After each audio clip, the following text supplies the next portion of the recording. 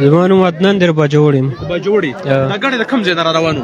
دا کراچۍ نه. ته په دې ګاډي کې ناست وې؟ او نه زه خو وی کوم را ډرایور ورته اوس دلته بدل شو اوري پته نه سپیډ یو د ورکل ولته شیګ وران شو. کوم ځای کې ته ډرایور بدل شو؟ دا بره بازار کې. څومره وخت پس کراچۍ ته را روانې؟ ما ونی مې شکوزه وشوله. ونی مې کور ته دې رابطه کړې چې حادثه وشو زه پکې بچم؟ نه موبایل اورچ مې دنه پراته ګاډي کې رانه لیدلې دي. ګاډي کې نه